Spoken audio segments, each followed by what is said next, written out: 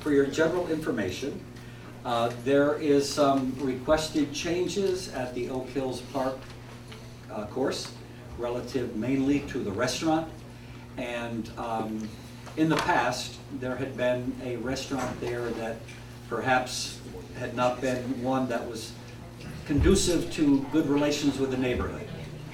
And when this new restaurant was built, some conditions were put in that had to be restrictions on the operation. Now, the new owners, or the new people leasing the restaurant, have indicated that certain things would help them run a much better operation and help them cover the costs of the rentals and so forth. And we felt that because the last time this restaurant was built, the public indicated that they had concerns about what was going to happen there, that it would be only fair to have a meeting to let people know exactly what it is they wanted to do there and to get input from the public relative to concerns that they may have and so forth. So I think the first thing to do is to explain exactly what it is they wish to do there. So Bill, I'm Bill Waters. I'm the chairman of the Oak Hills Park Authority, and despite what you might hear from anyone else tonight, Oak Hills is not trying to open a bar. We're just trying to get a bar in the restaurant. For the last 15 years, and the last 3 operators that have operated in the building, all have failed.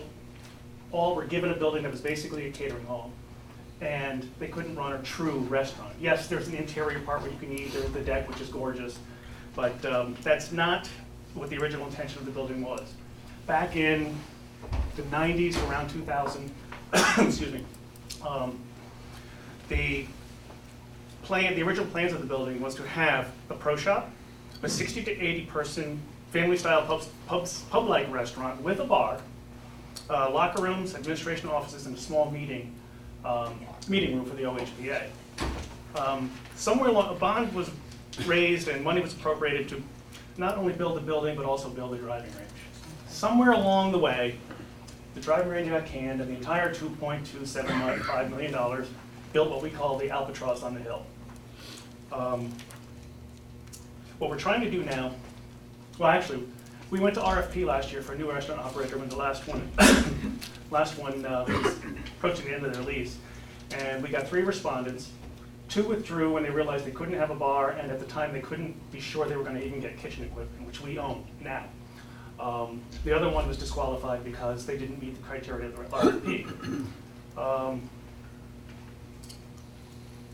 All we're trying to do is make any restaurant operator, the current licensee, or any future restaurant operator in that building have a level playing field with any other restaurant in the city of Norwalk.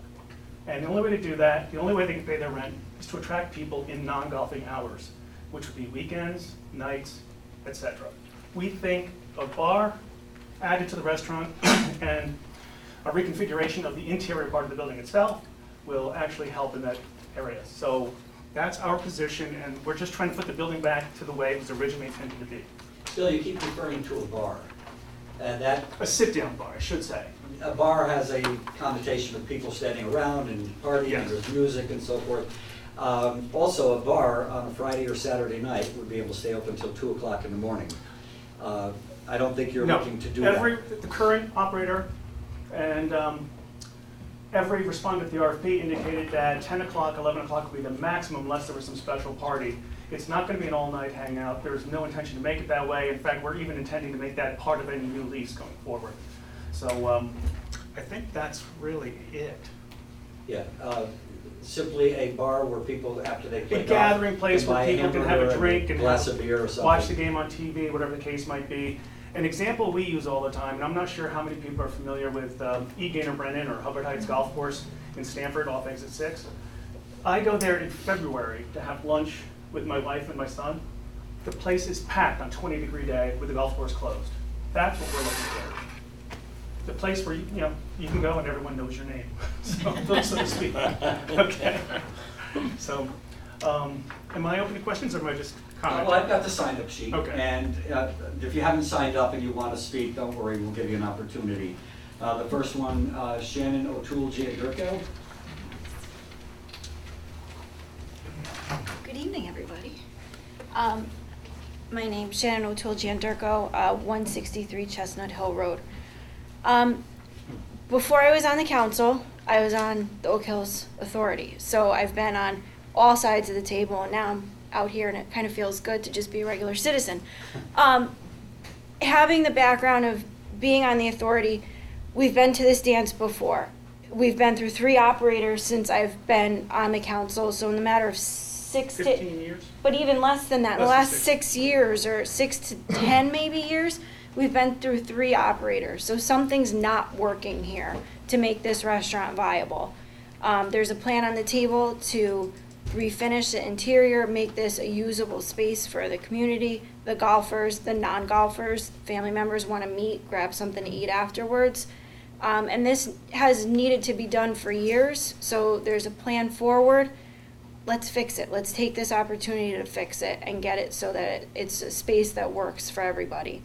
And like the mayor said and Bill said, it's not going to replace the newest hot spot in Sono. It's a place to grab a beer, watch the game, and finish your golf round.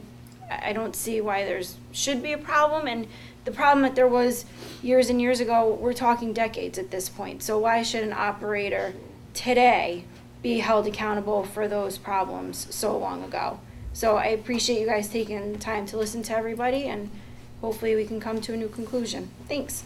Thank you. Yvonne Lopor. Lopor. Did I pronounce that right? Yes, no power.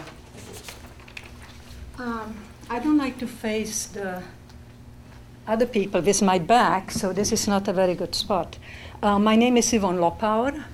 I live on Philo Street in Norwalk.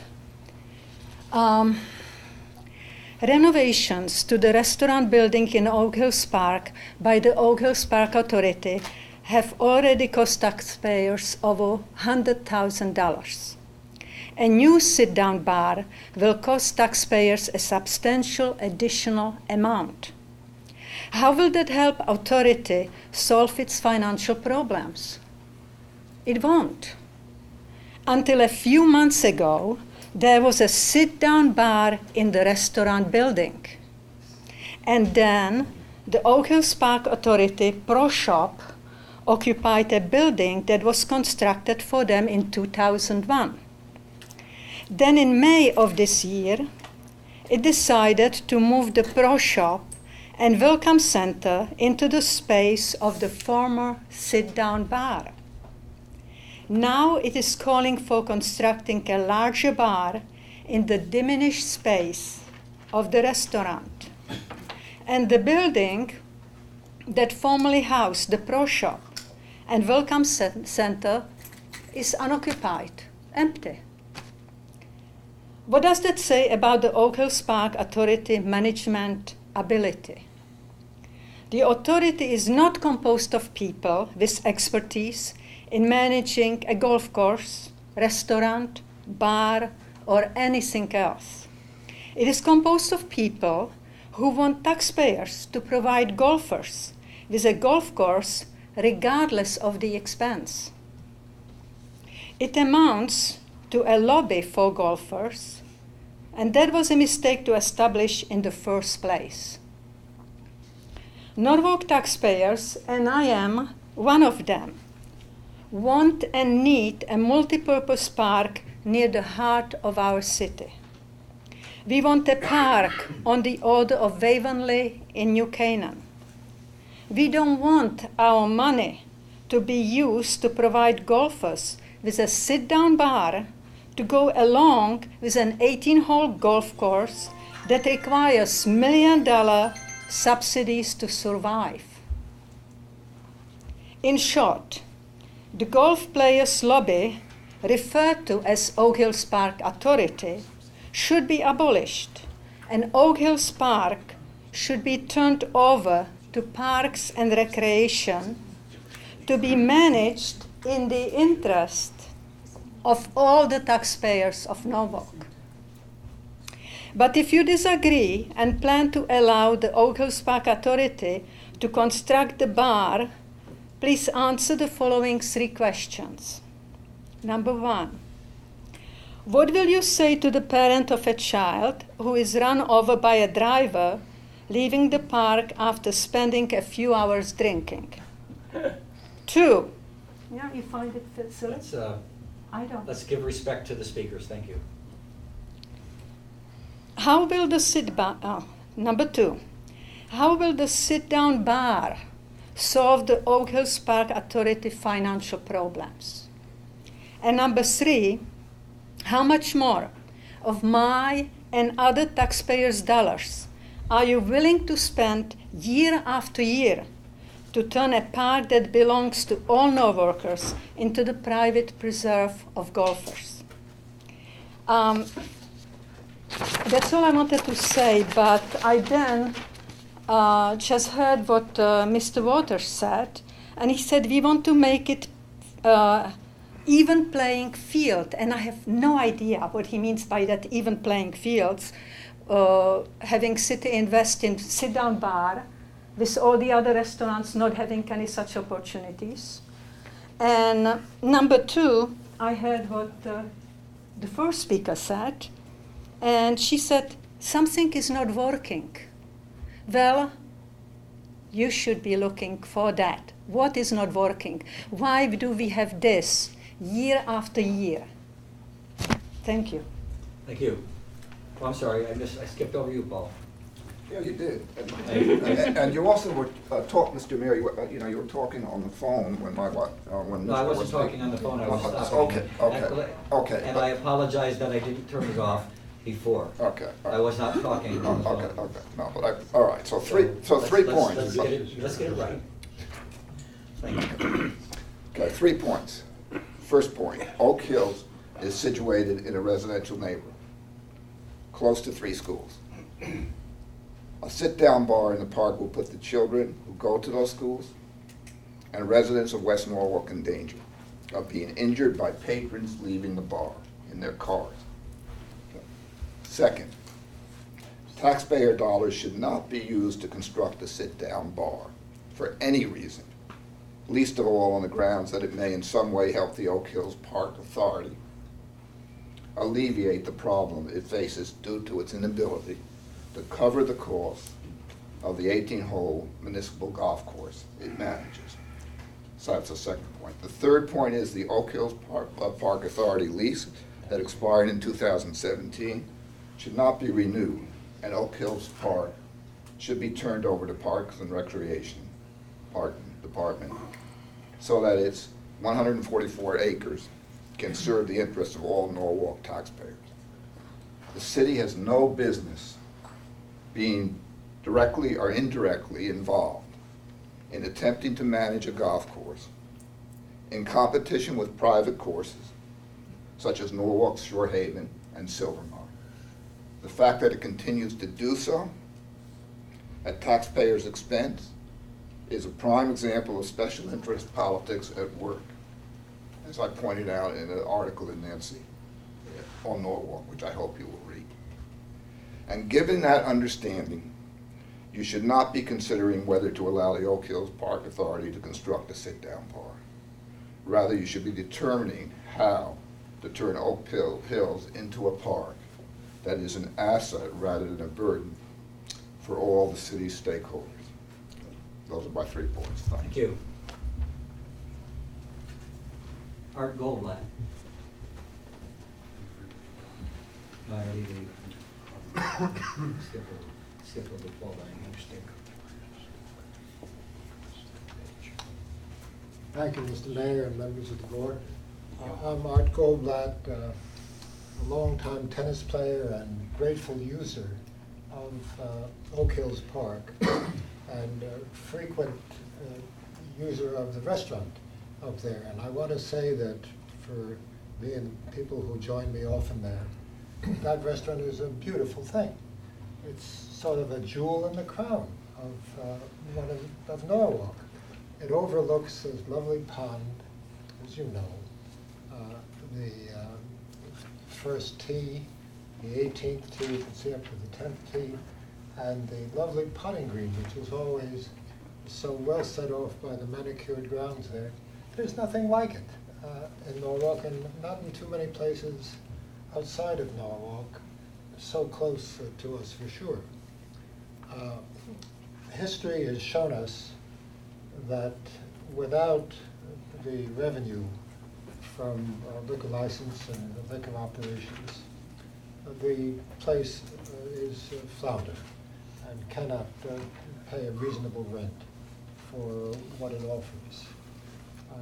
I think it would be a shame to let the facility struggle unnecessarily.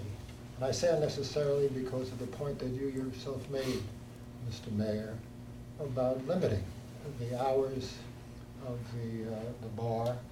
I think that the dangers of alcohol are well known, and they're under control by the police, by our society.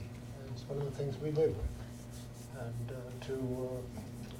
to jeopardize this beautiful facility more than is necessary, I think it'd be a mistake, and I hope that you allow this to go forward. Thank you. Thank you. William Serta? Good evening. Yeah, 21 Barlow Manor, Broad River. Yeah, I'd just like to put things in context. Prior to the Oaks Tavern, okay, the city was in the same boat that it is in now. My generation, we went to New Canaan. Okay, your generation went to the Lighthouse. My parents' generation went to Phil Baker's. Okay, while everybody was at the Lighthouse, my generation was at the Oaks Tavern. Okay, and it was once in a lifetime because the former proprietor, Dominic Cochi, was a teacher at Brian McMahon, English teacher. So when he opened up, everybody that went to Brian McMahon, from Broad River, Silvermine, Rowayton, that was our turf. That was our cheers. We're talking about everybody know your name. When the holidays came, everybody gathered there. That was our spot. And as time went on, everybody talks about the troublemakers. Okay, that was not locals. That was not Broad River, Rowayton, Silvermine, anything to do with West Norwalk people. Had nothing to do with it. And it seems like I'm the only one here to tell you from the past. Okay, that was once in a lifetime, and you're not gonna find a proprietor with a draw like from Dominic Cochi. You're not gonna find that. It was once in a lifetime. Okay, and something I learned too late in life is nothing good happens after 12 midnight. So I would, if this goes forward, I would say last call at 11:30 and empty out by 12. And the customers were all professionals, accountants, salesmen, you name it. Saleswomen. Saleswomen, okay, we're there. Okay, and people went on vacation, they came back. That was our cheers. Okay, and I just want to put things in context.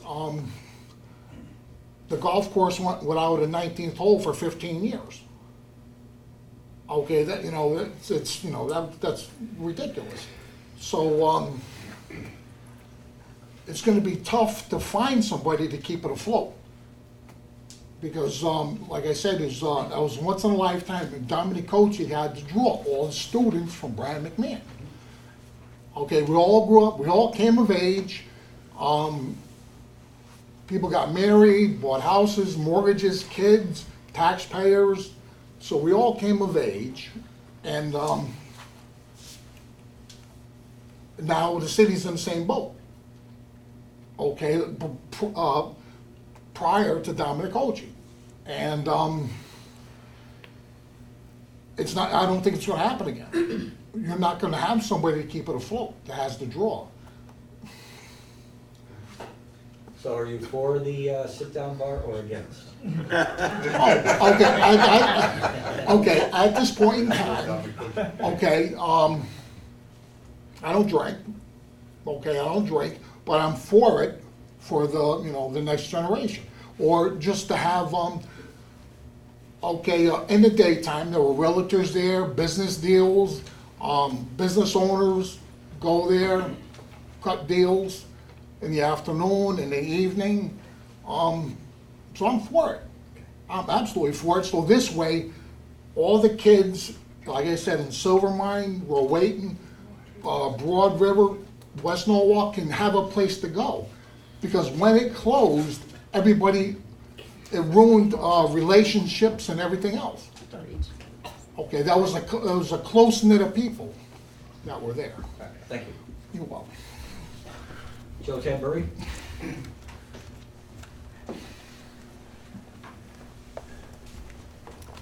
don't mind if I stand here? I'd like to look at the council, the mayor, and many people I've known over the years. That's all right, Tony. Thank you for hearing everyone out. I'm gonna bring a little, some good, some ugly, and some not so ugly. I moved to Norwalk back in 1957, where I'm still here. Back in the 60s, I need to give you a little history. I think I saw some new people here that need to be pointed out, and I noticed 2 or 3 that were on the authority when I was there, and I was chairman and responsible for, putting that restaurant together. There was a financial plan. It was vetted many times, and I could attest to the West Norwalk group. Believe me, when I was asked to be appointed there, they said, we've got a nut to crack here, we need to do something with it. And you're a people person, you're a marketing person, you're a financial person. I said, thank you for the comment.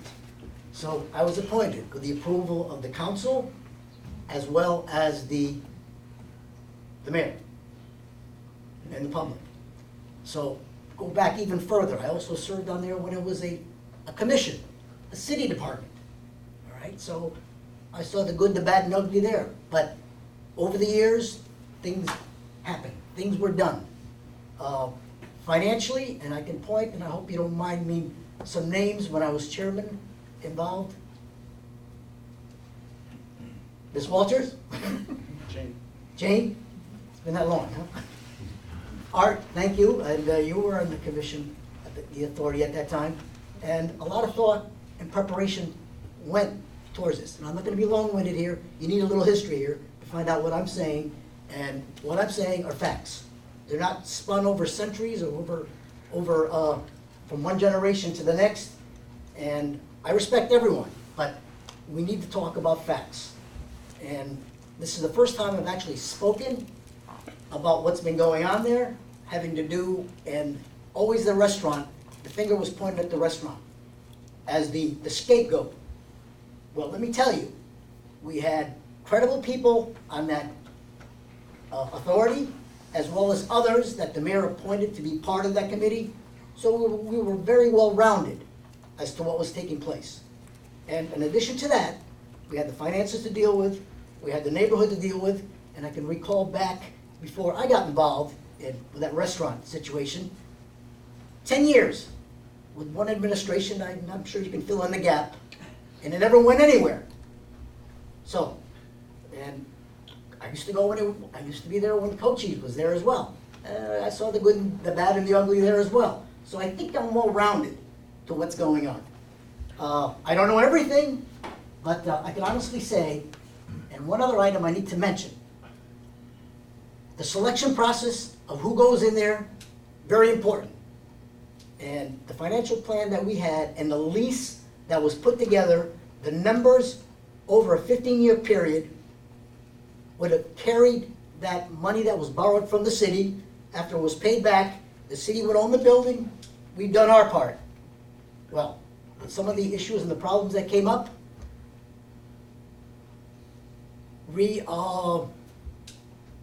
the loan was restructured, and everything was thrown in together.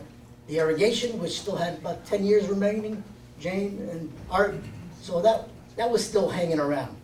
The times weren't good, but again, to blame the restaurant because of its financial problem that the city had, all right? And when my term was up, I was involved in other things, but I had to come back into the scene. And that being the case, I honestly believe that with that restructuring of loans and all the problems that occurred, and some of these problems were even before our pro was there, our manager, so there are a lot of things that come up from the past. And I honestly believe, and I can say this, all right, with this restructuring, I believe that and the city was involved in restructuring this loan, and I'm gonna have a conversation with Greg many times, we just never got to that point, to give you background as to what was happening. Being on the finance committee, very well-versed person in that, that's why I attempted more than once to speak to you on that, but that never happened. So now, when this is taking place, I needed to speak up. And I'm not here to chop anybody's head off, I'm just presenting facts. Did I mention that the city set up the authority financially to fail because of the restructuring? Let the restaurant stand on its own. Forget about all the other things that need to be done. Lump it all together, you got disaster. I come from the business world. I come from the financial world. That's my background. And I come from the people world. And I hope I made my case, and I'm going to answer the question, which brings me to another thing. No, it's not another thing. It's about the bar, this sit-down bar.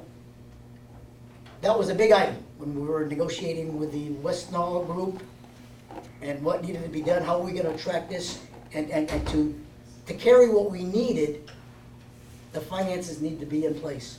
And you couldn't put a hot dog stand in there. You couldn't put, with spending that kind of money, we needed to get our money back in a rather short period of time. 15-year lease. The city wrote up, the city was involved in it obviously because they had to approve the lease as well. And that being the case, here we are today. What's the answer? The restaurants, the quality restaurants that were there, that had the money and knew how to market this, they did well. Without a sit-down bar. And let's go back a little bit further, the grill area where not a sit-down bar was there. There was also when the plan was put together, there was also where I guess an auxiliary bar on the other end of the restaurant, where the main dining room is.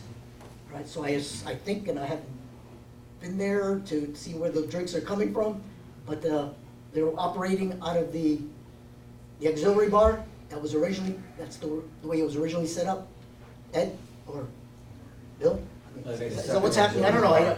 They made a separate auxiliary bar in the now dining room. The service bar. Service. It's still a service bar. It's a That service was the bar. original. That was the original intent to do just that. And that's what was operating where the pro shop is now. It was not a sit-down bar, it was a service bar.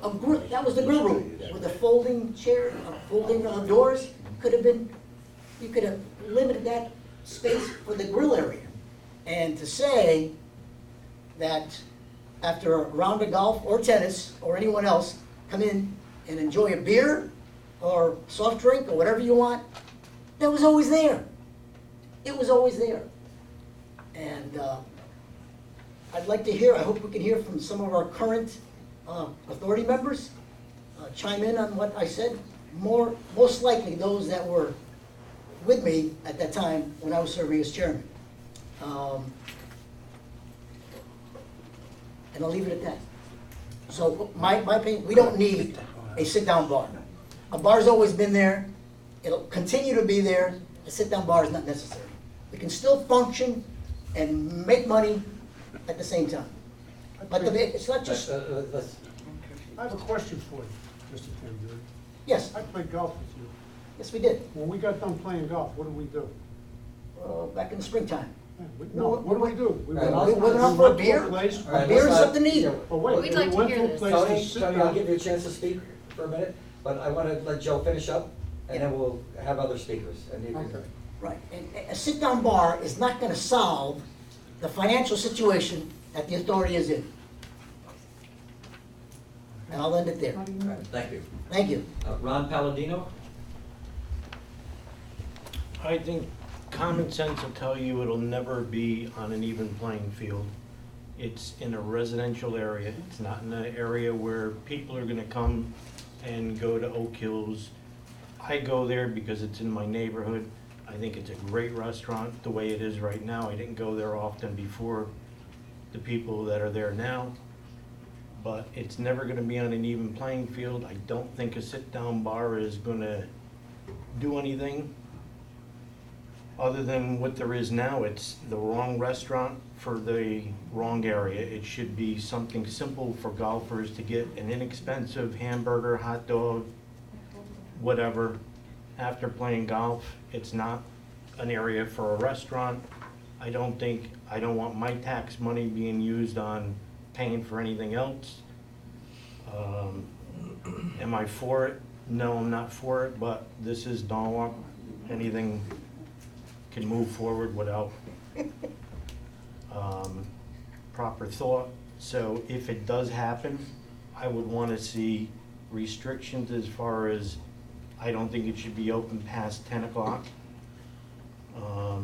So when it does go forward, I want to make sure there are restrictions. And that should definitely be a restriction. Mr. Mayor, can I make 3 points that will help, I know you help the want to talk discussion? about the structure and the cost of building the. Well, I don't want to go to that so much yet, but I just want to make it clear to everyone, for clarity's sake, that the OHP is not going to build the bar, and the city of Norwalk isn't going to build the bar. Whoever has the restaurant and wants to invest the money, they would build the bar. So it's not taxpayer money, it's not OHPA money, just to make that clear. Second is that the bar is not going to solve all of our problems. The bar would allow the operator to make enough money to pay its rent. Okay? Just want to make those two things clear. You know that for a fact. We can back it up. Mr. Kasha, did you want to speak? Just real quick, it's a place for us to go when we're done playing 18 holes of golf. All I keep hearing, and I've heard from the second and third speaker, about taxes. All the golfers that play there, most of them pay taxes also. We live here. I work there, okay? And the point is, by working there, I have to pay. So what it boils down to, the restaurant is not gonna solve everything, but the restaurant is gonna bring people in there. I think what the West Norwalk Association was worried about is when the Cochise had it, and when the Salazos had it, and when everybody else had it, that it turned into a joint. It's not a joint. We've got some good people in there right now who are doing a fine job. With a bar, they could do a better job. That's all I want to say. Thank you. Nobody else has signed up. Sir, if you could stand up and state your name. Yeah, my name is Peter Weenie. Oh, Peter, I haven't seen you in years. How are you? Yeah, I've been hiding out out west, but I want to come back. So I think it's kind of fun to, I was on the council, I think it was in the last century. My hair. So, you know, and you know, we were there, it's kind of fun coming back. I just got back from Colorado a few days ago. And I think it was kind of fun, you know, realizing that when I was on the council, we were fighting Oak Hills with the driving range. And there was all this thing. So Elk Hill seems to be this real hotbed here in Norwalk. I've been in catering, and I guess, you know, that I do feel it is in a neighborhood, and it's not the kind of place where, you know, you're going to get a level playing field. My question is like everybody seems to want it to sit down, watch sports games and have a beer. You know, I've managed some places that were like that, and they didn't have a bar. A bar is sort of like, it's such a different psychology. You know, a bar is not like a family restaurant where you go and you sit and it seems to me, I mean, places I've been, people come in after they've played, they sit down at a table, have a few beers, watch the games, whatever. It doesn't necessarily have to be a strict bar. And I think that it's sort of, a bar sets a different kind of psychology in a restaurant. You know, a bar and grill, pub, whereas just a family restaurant is different. Since the place serves alcohol, I don't see how a bar is going to increase the attitude of people, from what I hear, sitting around and wanting to have a beer and watch the game after they've played. It seems to me that a bar kind of sets up a bar attitude, and a bar attitude is a little bit different and a little bit more drinking intense, whereas just hanging out at a table, having a sandwich, drinking a beer, or whatever, is a different psychology. So my thing is, you know, certainly when people say, if you have a bar, I think it should really close at 10. I don't think it should be open beyond 10. That will certainly eliminate all the guys and gals and peoples who want to go drink in a really beautiful countrified setting and then walk out somewhat stoned maybe and wander around the park. I don't know. But I think a bar is a different kind of a psychology, and it doesn't seem to be the kind of psychology that I hear being promoted. Well, we want a place where after the game, after we play, we can come sit, have a drink, have a beer, eat a sandwich, watch the game. And that's, to me, the energy that I'm hearing, you know. And the energy that I know when I managed restaurants and bars was, a bar is it's a drinking thing. It's not an eating thing. It's, you know, it's peanuts and crackers and booze. And I don't think, if you're going to close it at 10, and I definitely think you should in a residential neighborhood, you know, the streets there are dark, they're windy, you know, hopefully kids aren't running around in the streets and, you know, in the middle of the night, but a bar is a bar. It's a place to go drink. It's not a place to hang out with friends after the game or to sit and watch the game and that. So I just think that the psychology of what you're talking about is what's important. I come from Denver. This is probably going to be way out, but Denver's famous for marijuana. So we had medical marijuana. And then the next thing you know, we had recreational marijuana. And if you guys do this in this state, you should pay attention to this. Recreational marijuana, the word recreational is a really weird word to put attached to something that gets you high. And, you know, it should be medical and non-medical. And I think this applies sort of the same way with a bar. If you have a bar, you're delivering the concept of... Bye. Sorry if I insulted you. You're delivering the concept of drinking, not hanging out. Thank you. Thank you, Peter. Anybody else? I think I'd like to say something. Mr. Kennedy just raised his hand first, and then... Thank you. Yeah, I would like to say I think the psychology of the bar is really irrelevant and off base here. When Oak Hills, the restaurant, first opened up, it was outstanding and it drew so many people. Can hear you. So many people from the public, and it was really quite outstanding. Go to any excellent restaurant in the region here. How many of them have bars, sit-down bars? They do. And it's part of having a very successful restaurant. It's just not going to be a drinking place. Golfers are going to come back and go to dinner on a Saturday night or a Sunday evening or whatever it is. In order for that restaurant to be successful, it's got to compete with other restaurants in the area and in the region. And it needs a sit-down bar to do that. It's not just a place to go and drink. That's a beautiful restaurant facility. It is like a club, like a country club. And it's not going to solve the financial problems of the, excuse me, of the Oak Hills Park Authority. But however, it's going to make it a successful restaurant. And like someone else said, they're going to be able to pay their rent. So I think this is all nonsense. I mean, an excellent restaurant has a sit-down bar. Just go anywhere around here.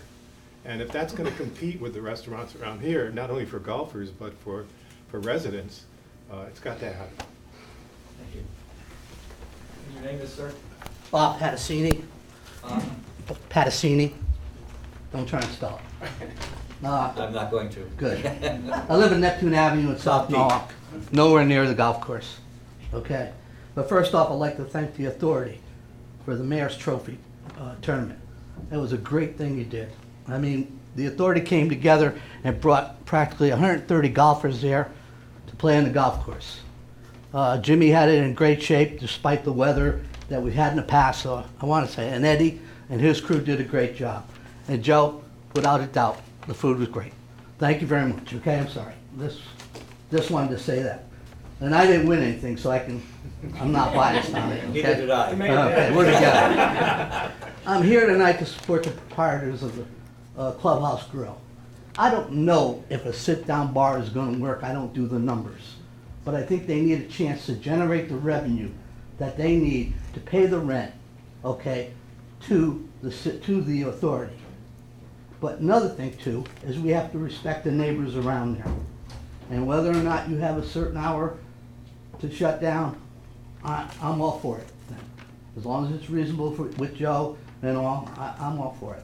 But thank you very much. Is there anybody else that wishes to address the authority? My name is Charlie Brennan. Charlie Brennan? Yep. First of all, I'd like to say, again, the authority's doing a great job. And Oak Hills, yeah, it's in a residential neighborhood, but yet every other golf course around here is in a residential neighborhood.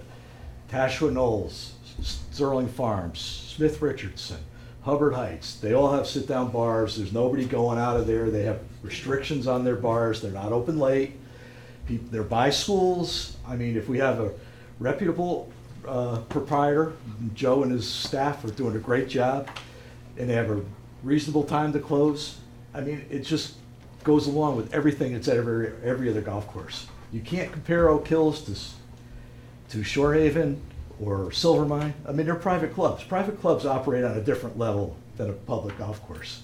They have tons and tons of money coming in.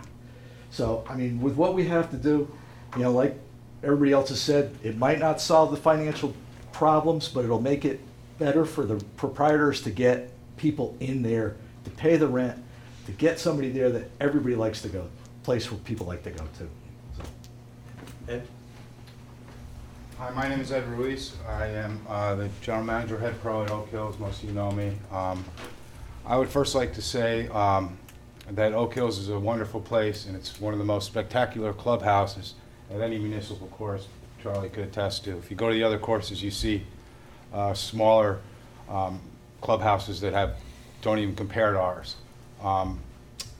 The comment that Yvonne made regarding incompetence of our staff and our authority, I think is uncalled for. I don't think it's fair based on the progress that the facility's made throughout the last 6-7 years with the help from the authority members who have spent so much time working to improve it. The assets at the facility are dilapidated in a lot of cases. The old clubhouse building that you referred to that stands vacant will be repurposed. The bathrooms need to be refurbished. If you took time to understand our plans, our long-term planning, you would know that. There's a lot of other reasons that the golf shop was moved up there. One was, for the last 6 years, that building, the main clubhouse building, has basically been vacant. It was only open on several occasions for private events, which does not include the taxpayer, the public golfer at all. I stood there for 6 years and watched 600 people every weekend. I'm talking just weekends. Reserved golfers check in and walk past the building in the morning and walk right past it on the way out. Where would they go for après golf food and drink? They would go to Uncle Joe's, they would go elsewhere. So the fact that the revenue potential isn't there is wrong too. It is there. What we're simply talking about is a remodel of an interior structure that needs to be remodeled, just like everyone's houses need to be remodeled. Any restaurant you go, any commercial property are often repurposed. And that's really simply what we're trying to do here. And give our tenant the ability to do it on their dime. I don't think it's an unreasonable thing to ask for. And I'm glad that there's people here to support it. And since this year, April 1, we started the relocation, actually April 10th of the golf shop. We did it in 20 days. May 1, we started operating there. And you see the involvement. People are actually using that building now and appreciating it for what it is. The old Pro Shop building is nothing more than an old pool house that was built, I don't know, over 100 years ago that has no foundation floors.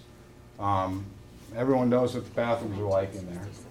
It just wasn't functional for a golf facility that generates 40,000 rounds a year plus all the residual guests that come to visit the park.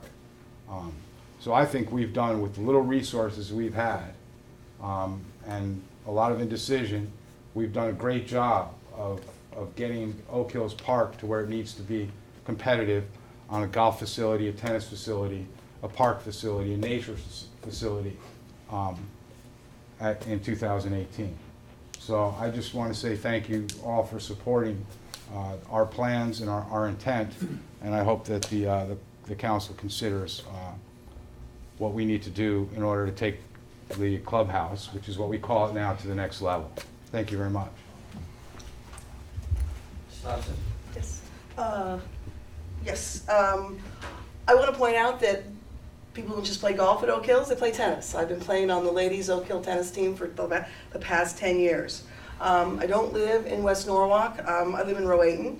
We have 2 restaurants with 2 sit-down bars. We are a residential neighborhood. I pay a lot of taxes. This may come as a surprise, but I do think, you guys have built a very large building instead of a driving range. And that very large building needs to have its rent serviced and its mortgage serviced. And any good restaurant vendor that operates in that building, I think, needs to have a bar. That may come as a surprise to many of you in this room. So I'm in support of it, but I'm also in support of the fact that it is a residential neighborhood, and I think you do need to honor it and probably shut it down at 10 o'clock. But, are we going to sit and argue about Oak Hills for the next 20 years? As long as I've lived here, which is only 22. Wasn't born and raised. But, that building's not going away, and you've got to generate some revenue. And, for better or for worse, alcohol is one of those ways. You station the police force outside the Oak Hills ramp, and if anyone's walking out of there or driving out of there over the limit, they're going to get pulled over. But I support building a bar, but limiting the time. Any further comments? Ernie? Good evening, how's everybody? My name is Ernie DeRoche. I used to be on the Golf Authority, and I was on in a time where we developed a master plan that really set all this stuff in motion back in 2014. I've probably researched this subject more than anybody in the last few years. I have gone through city files, I've gone through construction draws, I have gone through memos, I have gone through park authority information and city information. And while it's easy to stand here to point fingers about decisions that got made, that's definitely in the past. The original intent of what was going to be constructed there was almost 180 degrees opposite to what got built there. Why decisions were made? They were just made. The fact of the matter is the building usage needs to change in order to get more with the times. It is a catering facility. It's laid out that way. The kitchen's about twice the size as it needs to be.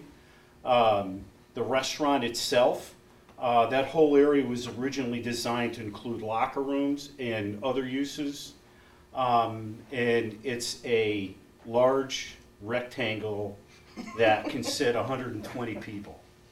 Okay? Ed was right. Moving the pro shop up there was one of the best things that happened because people go in there. They have to go in there. And they come up there before golf to pay for golf. They'll go in and get breakfast. They'll come up after golf to go in and eat. And it really breathes a new life into the building. But I think in order for it to really go the next 20 years, converting it to a full-time neighborhood family restaurant, which includes a bar, I think is the smart thing to do. Whether it's the current operator or somebody else, we have to look at the building in and of itself to make it actually work. Listen, that was conceived 15 years ago. More? It was times have changed. Business has changed. We have office tenants in Stanford who built entire 1 million square foot buildings that have vacated it. Business changes. It happens. And I think the business of trying to cater to large parties, I think that business has changed. I think if you take a look at Continental Manor, which was the home of catering in this city so as long as I've been here, which is, God, that long, huh? That's gone.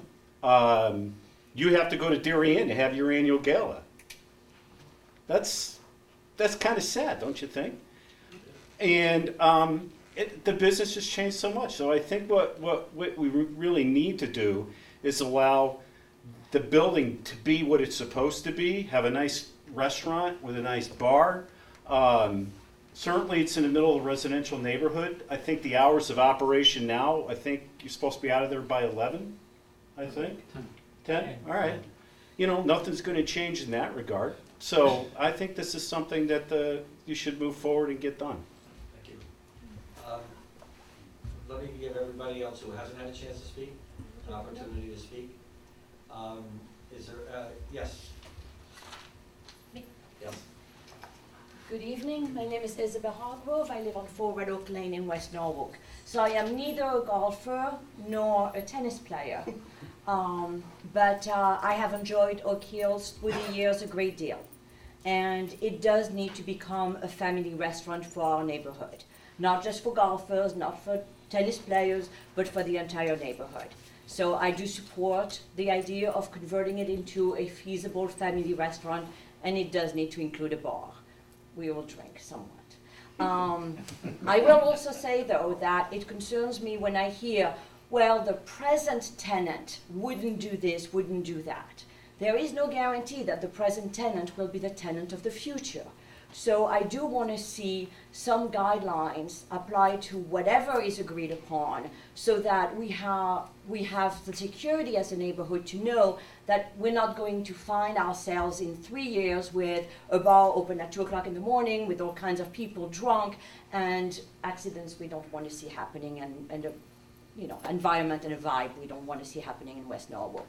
So if we can do that, if we can mirror it to what has happened at Sterling Farm and other public courses around here, and provide something that we don't have today.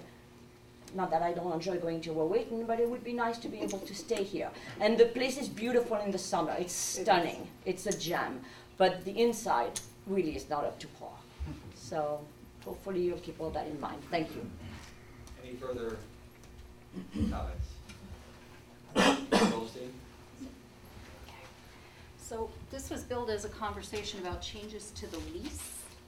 Sorry? This was billed as a conversation about changes to the lease. I came here to talk about the lease, right? Yeah, you can talk about this. Yeah, I understand this and the part of it. And I'm probably going to say something that at least one thing I say is every person's going to disagree with as I go through all of this. But I say it anyway, because I spent a lot of time, maybe not quite as much as Ernie, because I didn't go through all of the city halls, but I went pretty thoroughly through the history of Oak Hills when we were still arguing about the golf course, and before Oak Hills took $1.2 million in state bond money, which debt service every taxpayer in this room is continuing to pay. So although an authority, by definition, is supposed to support itself, they are now being supported by the taxpayers as well, regardless of what went before. A word on the debt. The restaurant, as Joe pointed out, is continually kicked around as the scapegoat for why that debt is still hanging out. And I'm going to point out that that debt was secured at the time the Oak Hills was formed in 97 or 98, and they owed that money before a single brick was laid. They had years before that in which the carry costs on the whole business plan never came together. Whether it was the appropriate restaurant or not is questionable. High-end restaurants do well in golf courses. Some of the highest end restaurants I've ever eaten in have been on golf courses. Low-end restaurants also function well in a certain type of environment. Municipal courses are doing well all over this country, but this one has not been able to jump over a very small debt hump over many, many, many years. So you have to ask yourself, what's going on? Well, one of the things I found when I went through the lease is that not only was that lease contrived to pay back the debt to the city that was bonded out, but it contemplated the fact that there would be enough business there for the golf course, and that's actually a park with a golf course in it, to contribute to the city's revenues. there is an upside term in that lease term where the rent is laid out that says if they make more than a certain amount, they're gonna kick into the city. It's never, ever hit that point because they've never gotten as far as paying back the baseline debt. There's also another term in that lease that says if they do fundraising on their own, as libraries and other organizations in this town do regularly with fundraising dinners and tag sales and all whatnot, that is excluded from the calculation. That they get to use for themselves, and it is not contemplated as part of the payback term. And I don't think they've ever really chased that money. So the next thing I'm going to say is, and the neighbors here are going to hate it, I think probably a bar is a good idea in this restaurant. In general, it seems like they need something to really pull the whole thing together. However, this city has continued to ignore, since 1966, or since this restaurant was built, the fact that a commercial restaurant in that park, which was purchased with open space funds from the state, is a violation of the post-grant restrictions.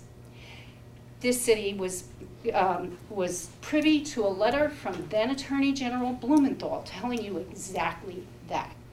Unless it's since been cured with a land acquisition equal to the size of the restaurant, we've been operating in violation of that state grant. They could theoretically take that money back tomorrow. So while the bar seems like a good idea for the restaurant is still a bad idea for the park. The last thing I'm going to say is that overall problem we've been talking about where with the finances have never quite worked.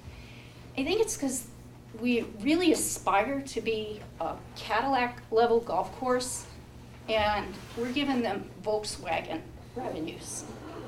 And this has been going on for a very long time. You either need to say that this is a wash, and I've heard people talk about forgiving the debt, which I think is a very bad idea.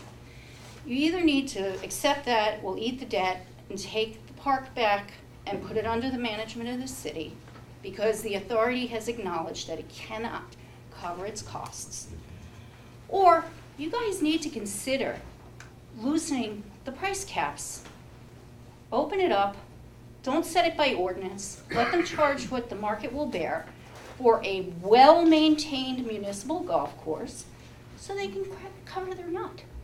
It's not that hard. When you're not covering your bills, you either look for more revenue, which they cannot do because you set their fees by ordinance, or you cut your costs, which means they really cannot maintain this course to the level that they're aspiring to.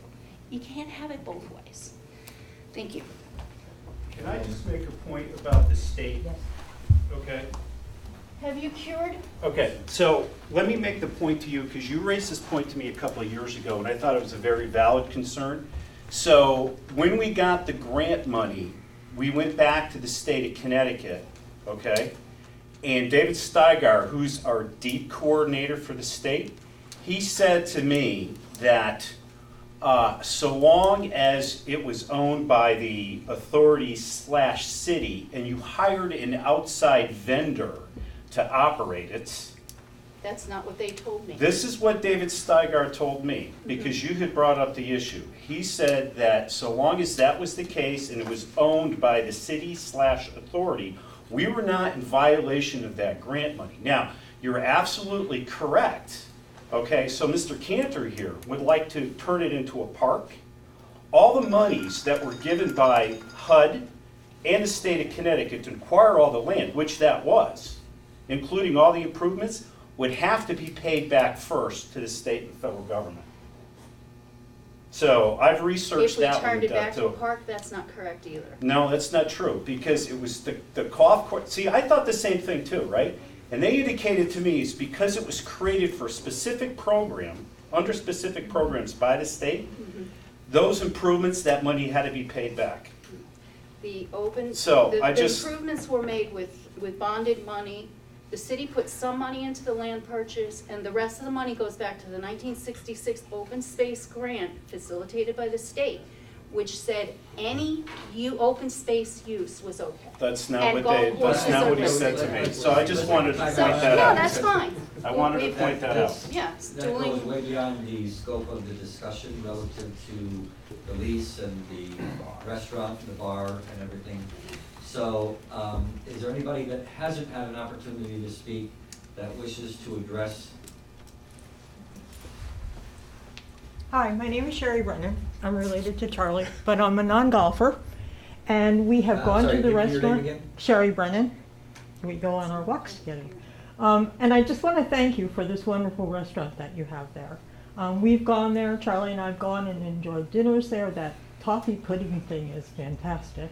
And I've also gone there with friends during the day to have a nice salad or a lunch. And I just think it would be a nice place for people just to go and have a lunch or a dinner and maybe want to continue a conversation and be able to go into the bar to do that. I walk on the nature trails. Many of my friends do, and it would be nice even just to go into the bar and just have a nice glass of wine and enjoy the activities. I used to go to the bar when it was the old Oak Hills bar many years ago.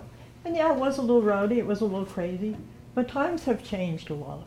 We've gotten stricter regulations on drinking, and it sounds like the people that are trying to put this new bar together are being very conscientious about the neighborhood and also about, time restrictions and things like that. I mean, those times have changed. Most people don't drink like we used to years ago. And then the other thing is too, I wanted to mention too, that's going to be if it is a bar, I mean, you can call it a tavern. It sounds nicer, I think. People might say, oh, a tavern, that might be a good idea. But also, if people are looking for a party scene or want to get a little rowdy, they're not going to come up to Oak Hills and go to this quiet little bar. They're going to go to South Norwalk. I mean, and that's where it is. I also want to just point out, too, there is a concern about drunk driving everywhere. It's not just in a residential neighborhood. As a former member of MAD, and I used to go to court when people are arrested, there's a huge percentage of people that are arrested for drunk driving that have been drinking in homes. So what do? Stop building houses? I mean, a bar, it's just, a simple thing. I mean, it doesn't have to be a big fancy thing. Is there anybody else that has not addressed the issue that wishes to speak? So if we're going to go into people who have already addressed, I'd ask you to keep it now to 3 minutes and perhaps just bring up a point that you didn't bring up before that you may wish to refute something that's been said or to counter something that's been said. So I know, Mr. Lepore, you had wanted to say something. Well, I wanted to react to when my name was mentioned by the pro shop, I don't know your name. Edward. That I am mistaken. Well, the place where the pro golf store was in 2001 burned down, and it was completely redone by the city. I mean, somebody had to pay for it. So after how many years? After 17 years, now that place is not good enough, and the store was moved into the bar that was functioning in Oak Hills Park restaurant. So that was my response to that. Well, if you saw it in April, it wasn't functioning. Easy. Well, you made sure that. We're not going to have arguments back and forth, please. You have to. Yeah, Mr. Mayor, my name is John Miller, from Hybrid Road, Norwalk. I just wanted to point out that when that fire occurred at the old clubhouse, which is now empty, it was in the electrical and near the air conditioning system, and the alarm went off, and it wasn't totally destroyed. There was some fire damage on the side near the putting green closest to the building, and that was it. It was open within a few days, and that was it. So that's a little bit. It never burned down, and it's never been never had to be rebuilt. And again, to remind everybody, we're not here to discuss whether we want to have a golf course. We're here to discuss the request of the Oak Hills Park Authority and the vendors that are looking to move into the restaurant, their request to have a sit-down bar. And the reason we wanted to have this discussion, hearing, whatever you want to call it, meeting, was to hear from people in the area who may be concerned about what that would look like, what the operation would be like, and to have their opportunity to speak out against it. So, you know, this isn't whether it's good to have Oak Hills, whether it's going to be a park or a rest or a golf course, and other things that do not reflect the changes to the lease that they're requesting.